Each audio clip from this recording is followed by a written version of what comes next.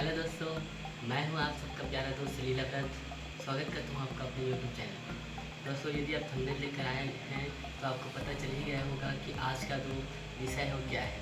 दोस्तों, मेरे मन में भी ख्याल आता है, आपके मन में भी ख्याल आता होगा कि जब सरकार के पास नोट छापने की मशीन है तो सरकार बहुत सारे पैसे क्यों नहीं छापती है, जिससे सबके पास पैसे आ जाएंगे और हमारे देश की गरीबी भी दूर हो जाएगी। नहीं दोस्त, ऐसा नहीं होता है जी। दोस्तों, इसका पूरा फंडा आज क्लियर करेंगे, तो आप मेरे साथ बने रहिए। हाँ दोस्तों, यदि आप वीडियो पर पहली बार आए हैं तो प्लीज़ वीडियो को लाइक करें और मेरे चैनल को सब्सक्राइब करें। तो आइए दोस्तों, अब हम चीज़ों को समझने का प्रयास करते हैं। दोस्तों, हमारे देश में भारत सरकार ने नोट छापने का काम आरबीआई को सौंप रखा है। आरबीआई मतलब रिज़र्व बैंक ऑफ इंडिया, जो देश का सबसे सुप्रतिष्ठित बैंक है।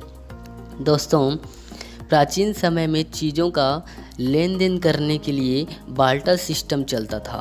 बार्टर सिस्टम मतलब दोस्तों कि आप यदि कोई सामान किसी व्यक्ति से खरीदते हैं तो उसके बदले में आप उसको अनाज देते थे। अनाज के रूप में आप उसे गेहूँ, चावल, धान जो भी आपको देना है वो आप दे देते थे।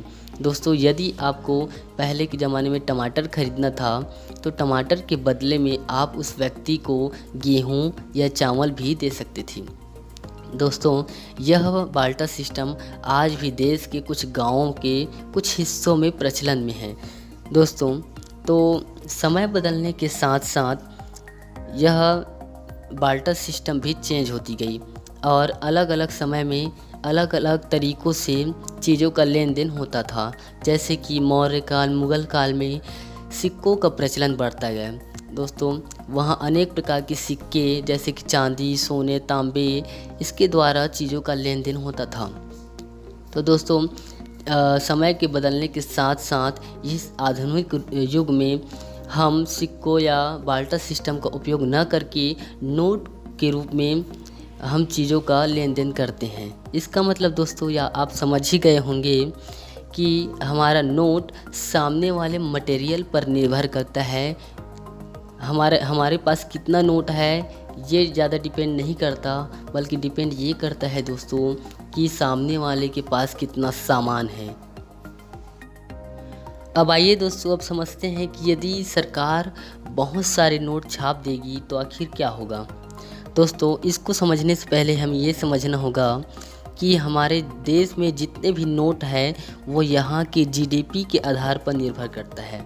जीडीपी मतलब सकल घरेलू उत्पाद, जो मैंने आपको अभी कुछ समय पहले बताया कि हमारे पास जितना नोट है वो नोट ज़्यादा निर्भर नहीं करता।